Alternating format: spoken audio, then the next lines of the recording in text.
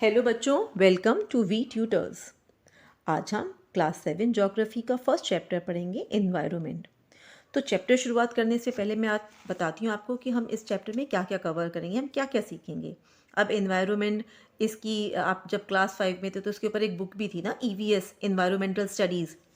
तो अब ये जो इन्वायरमेंट है ये क्या है, हमारा सराउंडिंग एरिया। ठीक है, इस हम चैप्टर में पढ़ेंगे components of environment, you can say parts of environment, उसमें क्या क्या आता है, natural environment, then what is ecosystem and then human environment.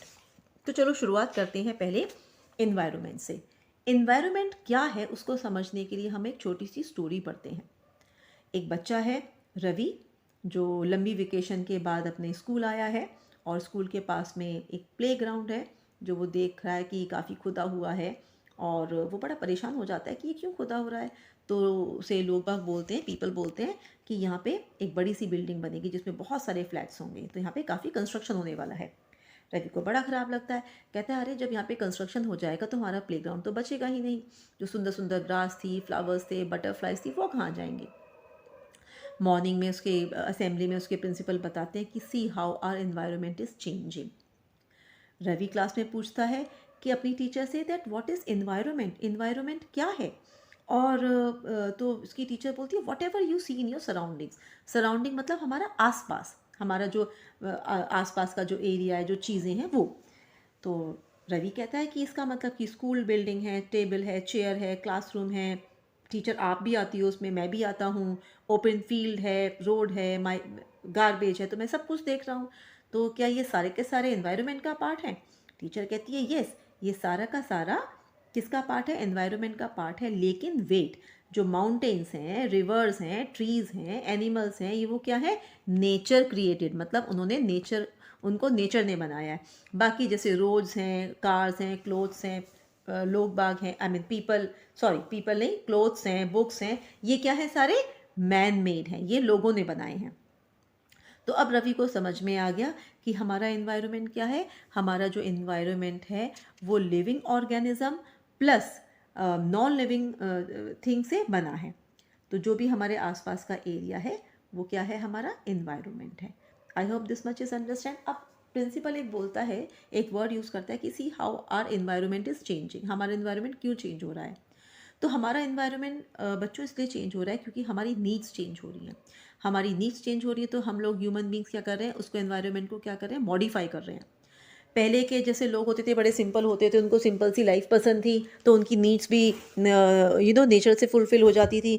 अब जैसे जैसे टाइम बढ़ा, टाइम चेंज हुआ, लोगों की थिंकिंग चेंज हुई, लोगों की नीड्स चेंज हुई, तो उसने अपने इन्वायरमेंट को भी चेंज करना शुरू कर दिया।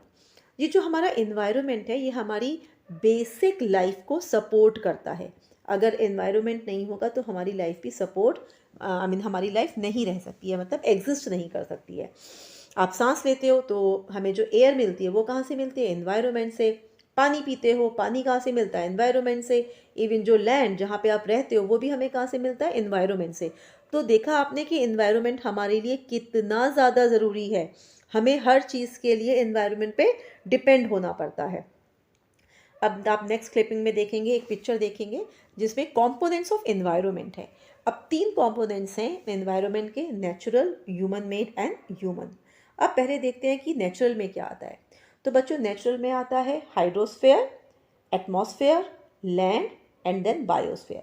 अब ये जो वाटर है या हाइड्रोस्फेयर है, जितने भी हमारे वाटर के सोर्सेज हैं, चाहे वो रिवर है, चाहे वो सीज़ है, चाहे वो ओशंस हैं, इवन जो ग्लेशियर है, जो पानी आइस फॉर्म में, वो भी हमारा हाइड्रोस्फेयर की कैटेगरी में आता है। एयर, हम earth is surrounded by air, तो एयर में जितनी भी तरह की गैसेस हैं, ठीक है, इवन डस्ट पार्टिकल्स हैं, वो सारा हमारा एटमॉस्फेयर है। और नेक्स्ट हमारा आता है हमारा लैंड। लैंड क्या है, लैंड है अर्थ का ऊपर का हार्ड सरफेस, यू कैन से the top layer of the earth, solid crust.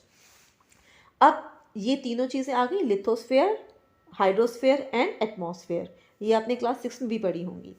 अब अगर ये तीनों चीज़ें ना हो तो हमारा लिविंग थिंग्स मीन्स हमारा जो बायोस्फेयर है वो हमारा एग्जिस्ट नहीं करेगा। तो उसमें लैंड भी आ गया, उसमें एटमॉस्फेयर भी आ गया और उसमें हाइड्रोस्फेयर भी आ गया, जिसकी वजह से एक लाइफ हमारी एग्जिस्ट करती है। ठीक है, अब जो नेक्स्ट है हमारा, देखो यहाँ पे राइट हैंड साइड में ह्यूमन मेड। ह्यूमन मेड मतलब क्या है कि जो ह्यूमंस ने बनाया है, ह्यूमंस ने कंस्ट्रक्शन किया है, बिल्डिंग्स बनाई हैं, पार्क्स बनाए हैं, ब्रिजेस बनाए हैं, ठीक है, इंडस्ट्रीज़ बनाई हैं, फैक्ट्रीज बनाई हैं, मॉन्यूमेंट्स बनाए हैं, तो ये सारे कंस्ट्रक्ट किए हैं। आपको पता है जो कंस्ट्रक्शन है वो भी उसने एनवायरनमेंट से लिया है। मिट्टी से ब्रिक्स बनाई, सीमेंट बनाया, ईंटें बनाई और उसको बिल्डिंग बना दी, तो वो भी तो सारा किससे ले रहा है, नेचर से तो ले रहा है, लेकिन उसको उसका फॉर्म पूरा चेंज कर दे रहा है। जो हमारा थर्ड कंपोनेंट है वो क्या है, ह्यूमन। अब ये जो ह्यूमन है ये बेसिकली यू कैन से फीलिंग से बना है। फीलिंग मतलब देखो, अब जैसे आपकी फैमिली है तो फैमिली किससे बनी है, बॉन्ड से, ठीक है, फीलिंग से बनी है। फिर जब उसमें ज़्यादा लोग हो गए और बहुत सारी फैमिलीज होंगी तो कम्युनिटी बन गया, अ ग्रुप ऑफ पीपल। अब रिलीजन बना, अब रिलीजन ऊपर से तो बनकर नहीं आया, भगवान ने तो नहीं बोला ना कि ये हिंदू है, मुस्लिम है, सिख है, ईसाई है, भगवान ने तो एक जैसा बनाए। यहाँ पर आके हमने अपने अपना रिलीजन बना लिया, फिर हमने एजुकेशन सिस्टम बनाया, हमने इकोनॉमिक सिस्टम बनाया, हमने अपना पॉलिटिकल सिस्टम बनाया। तो ये सारी चीज़ें भी कंस्ट्रक्ट करी हैं, पर ये फीलिंग्स, इमोशन से बनी हैं। Is this clear? ओके, अगर आपको कोई भी क्वेरी बीच में होती है तो आप मुझे कमेंट बॉक्स में लिखकर बताएंगे और मैं आपकी क्वेरी सॉल्व करूंगी। तो अब जो जितनी भी मैंने आपको बातें बताई उससे आपको इतना तो क्लियर हो गया है कि एनवायरनमेंट क्या है। तो चलिए एनवायरनमेंट की हम डेफिनेशन लर्न करते हैं। The place, people, things, nature that surround any living organism is called environment.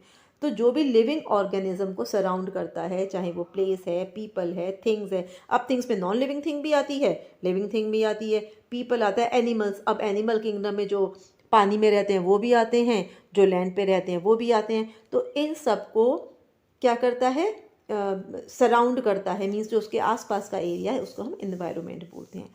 अब जो एनवायरनमेंट है बच्चों, ये है कॉम्बिनेशन, मिक्सचर, नेचुरल और ह्यूमन मेड फिनोमेना। ठीक है, नेचुरल क्या है, जो नेचर ने बनाया है, ह्यूमन मेड क्या है, जो इंसानों ने बनाया है। अब पहले हम बात करते हैं नेचुरल फिनोमेना की। जो नेचुरल फिनोमेना है उसमें दो चीज़ें आती हैं, एक है बायोटिक, एक है एबायोटिक। एबायोटिक होता है जिसमें प्लांट्स हैं, ठीक है, मेरी ड्राइंग बहुत अच्छी नहीं है तो सो डोंट थिंक, तो ये मैंने ट्राई करा है कि मैं एक डॉग बनाऊं, बट एनीवेज, तो प्लांट्स हैं, एनिमल्स हैं, हम और आप हैं, वो सब किस में आता है, बायोटिक में। एबायोटिक में क्या आता है, non living things. Non living things मतलब जैसे माउंटेन हो गया, ठीक है, रिवर हो गई, क्योंकि ये खाना तो खाते नहीं है, ये तो अपनी जगह रहते हैं, तो ये हो गया हमारा एबायोटिक। तो बायोटिक और एबायोटिक से मिलके हमारा एक ये नेचुरल कंपोनेंट बना है। अब एबायोटिक और बायोटिक की वजह से ही हमारी लाइफ जो है वो एग्जिस्ट करती है अर्थ पे। अगर एबायोटिक और बायोटिक नहीं होगा तो हमारी लाइफ एग्जिस्ट नहीं करेगी। अब ह्यूमन जो environment reveals the activities, creations, instructions among human beings. अब जो ह्यूमन एनवायरनमेंट है वो क्या है, ह्यूमन एनवायरनमेंट करता है, जैसे मैंने आपको अभी थोड़ी देर पहले बताया था कि उसने फैक्ट्रीज बनाई, बिल्डिंग्स बनाई, तो उसने जो मटेरियल लिया वो किससे मटेरियल लिया, एनवायरनमेंट से। मिट्टी ली, उससे ब्रिक्स बनाई, सीमेंट बनाया, कंस्ट्रक्शन शुरू किया, तो उसकी एक्टिविटीज़ हो गई। क्रिएशन, फिर उसने नई नई बिल्डिंग्स बनाना शुरू किया। डिस्ट्रक्शन भी किया उसने, कुछ पुरानी चीज़ों को तोड़ा, फिर नई चीज़ों को बनाया, तो वो हो गया हमारा ह्यूमन एनवायरनमेंट जो ह्यूमन ने क्रिएट किया था। और हमारा नेचुरल एनवायरनमेंट क्या था, जिसमें एबायोटिक आता है और बायोटिक आता है, मतलब लिविंग ऑर्गेनिज्म आता है और नॉन लिविंग थिंग्स आता है। I hope this much is clear. अब आता है हमारा नेचुरल एनवायरनमेंट। अब ये जो नेचुरल एनवायरनमेंट है ये क्या है, land, water, plants, animals. Animals दोनों तीनों तरह के हो सकते हैं, लैंड वाले भी हो सकते हैं, वाटर वाले भी हो सकते हैं, ये सब मिलके बनाते हैं नेचुरल एनवायरनमेंट। अब आपको लिथोस्फीयर, हाइड्रोस्फीयर और एटमॉस्फेयर तो अब तक समझ में आ गया है, तो अब हम इसके बारे में कुछ और जानते हैं। जो लिथोस्फीयर है वो है सॉलिड क्रस्ट और the hard top layer of the earth. Earth का जो हार्ड लेयर है वो क्या है, हमारा लिथोस्फीयर। और ये किसका बना है, रॉक्स का और मिनरल्स का। और ये किससे कवर है, एक थिन लेयर की सॉइल से। सॉइल के नीचे ही सारी सारी आपको चीज़ें मिलेंगी। अब ये जो है हमारा इरेगुलर सरफेस है, मतलब टेढ़ा मेढ़ा सा है, ठीक है, बिल्कुल बिल्कुल प्लेन नहीं है। क्यों प्लेन नहीं है, क्योंकि इसके ऊपर क्या है बच्चों, माउंटेन्स हैं। प्लेट्यू है, प्लेट्यू होता है थोड़ा सा रेज फ्लोर और उठा हुआ ये टेबल टॉप, इसको हम बोलते हैं टेबल टॉप। तो दिस इज़ प्लेट्यू। वैली क्या होती है? दो हिल्स के बीच का या दो माउंटेन्स के बीच का जो एरिया होता है, इसको हम वैली बोलते हैं। अब ज़रूरी नहीं है कि जो लैंड फॉर्म्स है खाली वही इरेग्युलर है, इवन जो ओशन फ्लोर्स हैं वो भी इरेग्युलर हैं। आपको पता है कि जो वॉल्केनोज, अब सबको पता है, आप क्लास 7th में हैं, तो वॉल्केनोज जो होते हैं वो खाली लैंड पर ही नहीं होते हैं, अंडर वाटर वॉल्केनोज भी होते हैं। और अंडर वाटर वॉल्केनोज काफ़ी फ्यूरियस होते हैं, बड़े ज़बरदस्त होते हैं वो। तो कभी कभी जब हम लोग फ्री टाइम होगा तो आपको मैं अंडर वाटर वॉल्केनोज के बारे में भी बताऊंगी। पहले हम इस चैप्टर पे कॉन्सेंट्रेट करते हैं। नेक्स्ट आता है हमारा लिथोस्फेयर। अब जो लिथोस्फेयर है दैट मीन्स लैंड, वो हमारा जो डोमेन है वो क्या क्या प्रोवाइड करता है? हमें फॉरेस्ट प्रोवाइड करता है। Forest are so essential for our life. Grassland for grazing, animals rear करते हो, एनिमल्स को पालते हो तो उनको घास चरने के लिए जगह चाहिए, तो बड़ा सा जो ग्रासलैंड फील्ड होता है, ग्रासलैंड हो गया। अब हमें लैंड मिली है एग्रीकल्चर के लिए, क्रॉप प्रोडक्शन होना है। And human settlement. अब ह्यूमन सेटलमेंट क्या है? पहले के लोग नॉर्मल सी लाइफ जीते थे, नॉर्मल मतलब बड़े सिंपल सी लाइफ जीते थे, रहने की कोई ऐसे कोई जगह नहीं थी, उनको नीड भी नहीं थी। पर जैसे जैसे उनकी नीड्स बढ़ी, टाइम चेंज हुआ, उनको एक सेटल लाइफ ज़रूरत पड़ी। सेटल लाइफ मतलब कि उनका घर है, खाने के लिए सरप्लस फूड है, सरप्लस मतलब काफ़ी सारा फूड है, उनको स्टोर करने के लिए कंटेनर्स हैं। फिर अगर उनको एक जगह से दूसरी जगह जाना है तो वो लोग ट्रांसपोर्ट भी इन्वेंट कर रहे हैं, व्हील का इन्वेंशन हुआ है। तो ये सारी की सारी चीज़ें हमारी लिथोस्फेयर में आती हैं। अब नेक्स्ट जो है बच्चों हमारा वो है हाइड्रोस्फेयर। हाइड्रो मतलब पानी, H2O। अब ये इसके डिफरेंट सोर्सेज हैं, जैसे कि water bodies like river, lake, seas, oceans, and it is essential for all living organism. तो हमारा लैंड जो लिथोस्फेयर वो भी बहुत ज़रूरी है, हमारा हाइड्रोस्फेयर भी बहुत ज़रूरी है। तो अब हमारा जो तीसरा जो आता है वो आता है एटमॉस्फेयर। एटमॉस्फेयर क्या है? एटमॉस्फेयर एक थिन लेयर ऑफ एयर, ठीक है, जो हमारे अर्थ के आसपास रहता है। और ये एक अर्थ की ग्रेविटेशनल फोर्स है जिसकी वजह से हम अर्थ से गिरते नहीं हैं, वो इसको होल्ड करता है। अब ये थोड़ा फिगर भी देख लेते हैं। जैसा कि मैंने आपको पहले भी बताया था कि हाइड्रोस्फेयर, लिथोस्फेयर, एटमॉस्फेयर, ये तीनों मिलके जब तीनों का मिक्सचर होता है तो ये बायोस्फेयर मतलब लाइफ को एग्जिस्ट करते हैं। एटमॉस्फेयर में एक लेयर होती है, उसको हम बोलते हैं ओजोन लेयर। अब ओजोन लेयर का काम क्या है? ओजोन लेयर का काम है जो हार्मफुल रेडिएशन जो सूरज से निकलती हैं, ठीक है, और जो स्कॉचिंग हीट मतलब इतनी गर्मी होती है, इतनी ज़्यादा तेज़ सूरज की गर्मी होती है कि वो हमारी स्किन को जला देती है। तो स्कॉचिंग हीट जो सन से निकलती है उससे हमें प्रोटेक्ट करती है। अब इसमें नंबर ऑफ़ गैसेस भी हैं, डस्ट भी है, वाटर वेपर भी है। जो हमारा एटमॉस्फेयर है उसमें क्या है? डस्ट है, वाटर वेपर है और गैसेस हैं। तो जब ये हमारा एटमॉस्फेयर चेंज होता है, ठीक है, जब कुछ चेंजेस लेके आता है तो हमारा वेदर और क्लाइमेट भी चेंज होता है। क्या होता है? हमारा वेदर और क्लाइमेट भी चेंज होता है। अब देखिए, plant animal kingdom together make biosphere. तो जो भी हमारी प्लांटेशन है, जो भी हमारी एनिमल किंगडम है, तो वो हमारे मिलके क्या बनाता है? बायोस्फेयर। और या क्या बोल सकते हैं हम लोग? लिविंग वर्ल्ड, जिसमें हम रहते हैं। अब ये एक नैरो जोन है। नैरो मतलब एक पतली सी जोन है, एरिया है, जिसमें लैंड, वाटर और एयर इंटरेक्ट करते हैं, आपस में मिलजुल के रहते हैं टू सपोर्ट आवर लाइफ। अब आता है जो हमारा आता है नेक्स्ट, आता है इकोसिस्टम। ये इकोसिस्टम क्या है? इकोसिस्टम को समझने से पहले हम अगेन एक छोटी सी स्टोरी स्टार्ट करते हैं। आपको याद है स्टोरी, जब हमने लेसन स्टार्ट किया था तो हमने रवि की स्टोरी सुनी थी जिसमें हमने एनवायरनमेंट के बारे में पढ़ा।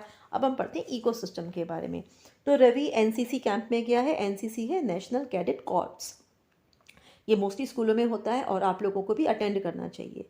तो जैसी उसकी क्लासमेट है वो बोलती है कि कितना हैवी रेनफॉल है। तो कहती है कि वो बेसिकली केरला की है। तो कहती है कि मुझे अपनी केरला की याद आ गई, वहाँ पे इतनी तेज़ बारिश होती है, डाउनपोर का मतलब हैवी हैवी रेनफॉल। और कहती है कि वहाँ पे लश ग्रीन फील्ड्स मतलब इतने ज़्यादा ग्रीन होते हैं, कोकोनट प्लांटेशन होती है। तो हीरा जो कि जैसलमेर की थी, मतलब राजस्थान की थी, रेगिस्तान की थी, तो कहती है वी गेट नो रेन्स, हमारे यहाँ तो कोई बारिश नहीं होती, बहुत ही कभी कभार हो गई तो, और हमें तो जनरली कीकर दिखाई देते हैं, सैंड दिखाई देता है जहाँ तक भी हमारी नज़र जाए। तो इतने में रवि कहते हैं बट तुम्हारे यहाँ तो कैमल्स भी होते हैं। तो कहती है हाँ कैमल्स भी होते हैं और साथ साथ स्नेक्स भी होते हैं, लिजर्ड्स भी होती हैं। तो रवि कहता है कि एनिमल्स, वेजिटेशन और जब वहाँ जैसे जहाँ के लोग जीते हैं या अपनी लाइफ को जीते हैं, वो प्लेस टू प्लेस वेरी करते हैं। वेरी मतलब डिफरेंसेस होता है इसमें। तो कहते हैं कि इसका मतलब are they related to each other, related मतलब कि जिस भी एनवायरनमेंट में हम रहते हैं वैसे ही हम अपने आप को अडेप्ट करते हैं। तो टीचर कहती है ओ यस। तो अब मैं आपको समझाती हूँ कि ये क्या सिस्टम है। देखो, all plants, animals and human beings depend on their immediate surroundings. जो हमारी इमीडिएट सराउंडिंग है जिसमें हम रहते हैं, हम वहाँ के एनवायरनमेंट को अडेप्ट करते हैं। ठीक है, तो basically interdependent on each other, हम नेचर पे डिपेंड करते हैं, तो हम इंटरडिपेंडेंट हैं। The relation between the living organism as well as the relation between the organism and their surroundings form an ecosystem. तो इसको समझने के लिए ज़रा हम ये एक फिगर है जिसको हम देखते हैं कि इसमें झरना बह रहा है, इसमें कुछ एनिमल्स भी हैं प्लस कुछ वाटर एनिमल्स भी हैं, देखो जैसे डक है, यहाँ पे काऊ है, यहाँ पे डियर है, हिरन हो गया, यहाँ पे झरना भी है। तो कुछ बायोटिक है और एबायोटिक, और दोनों मिलके ही लाइफ को एग्जिस्ट करते हैं। तो अब देखो, जो डक है वो पानी पर डिपेंड करता है। ठीक है, वो पानी में रहता है तो पानी पर डिपेंड करता है, तो हो गया इंटरेक्शन हो गया। सॉरी बच्चों। उसके बाद में अब ये जो झरना है, झरना बह रहा है जिसकी वजह से ये सारे ट्रीज अच्छे हेल्दी हैं। अब एनिमल्स कुछ तो खाते हैं, प्लांट्स पौधे खाते हैं, कुछ खाते हैं दूसरा एनिमल। तो आपने हर्बीवोरस एनिमल्स और कार्निवोरस एनिमल्स के बारे में तो सुना होगा। जो हर्बीवोरस होते हैं वो प्लांट्स खाते हैं, और जो कार्निवोरस होते हैं वो दूसरे छोटे एनिमल्स खाते हैं। तो ये एक दूसरे पर इंटरडिपेंड करते हैं। इंटरडिपेंड का मतलब एक दूसरे पर निर्भर हैं, और इन्हीं की वजह से जो हमारा फॉर्म होता है वो क्या होता है, इकोसिस्टम। ठीक है, तो ये जो ग्लॉसरी है आप देखेंगे अपने बुक में, ये इकोसिस्टम की डेफिनेशन, और बहुत बढ़िया डेफिनेशन दी गई है, तो आप इसको लर्न करिए।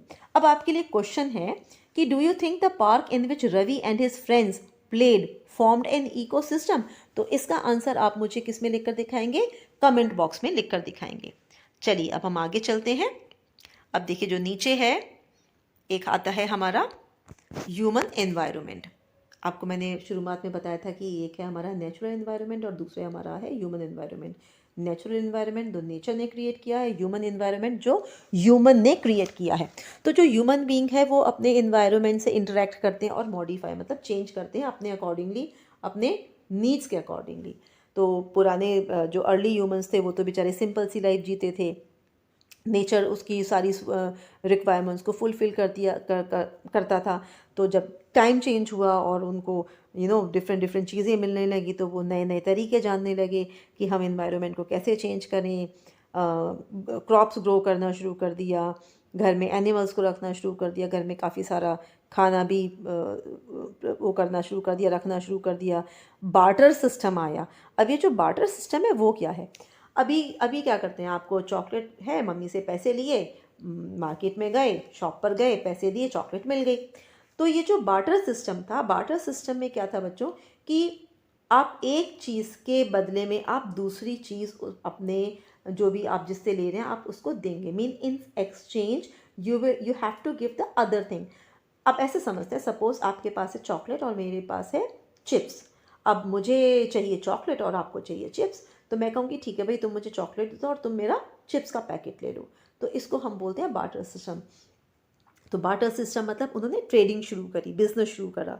फिर कॉमर्स डेवलपमेंट मीन्स अब उनका ट्रेडिंग शुरू हुआ तो पैसों का लेन देन भी शुरू किया। तो ये सारी की सारी चीज़ें अब चेंज होती गई। स्केल प्रोडक्शन मतलब फिर एक भारी मात्रा में क्रॉप प्रोडक्शन हुआ, इंडस्ट्रीज़ बनना शुरू हो गई, तो कम्युनिकेशन भी धीरे धीरे ईजी हो गया। तो ये सारी की सारी चीज़ें हुई हमारे जब हमारा ह्यूमन एनवायरनमेंट में। अच्छा, आपको हमेशा गर्मियों में ठंडे फ्रूट्स खाना क्यों पसंद है, वाटरमेलन क्यों पसंद है, और गर्मियों में गरम गरम कॉफ़ी है, गरम गरम दूध है, गरम गरम पीनट्स है, वो खाना क्यों पसंद है? क्योंकि ये एक परफेक्ट बैलेंस है जो नेचुरल और ह्यूमन एनवायरनमेंट में होता है। So humans must learn to live and use their environment in a harmonious way. Harmonious way का मतलब प्यार से उसको यूज़ करें, उसको डिस्ट्रॉय नहीं करें। तो आज बच्चों सिर्फ यहीं तक, और नेक्स्ट वीडियो में हम क्वेश्चन आंसर्स डिस्कस करेंगे, वन वर्ड डिस्कस करेंगे। अब आपका जो होमवर्क है, एक क्वेश्चन तो मैंने आपको पहले बता ही दिया, आप मुझे बताएंगे कि वर्ल्ड एनवायरनमेंट डे कब सेलिब्रेट किया जाता है। ठीक है, मुझे कमेंट बॉक्स में लिखकर बताएंगे। सेकंड थिंग, जो वर्ड है एनवायरनमेंट, वो कहाँ से लिया गया है, ठीक है, और उसका मतलब क्या है। तो बच्चों, ध्यान रखिए, खुश रहिए, स्वस्थ रहिए। Bye bye, see you in my next video.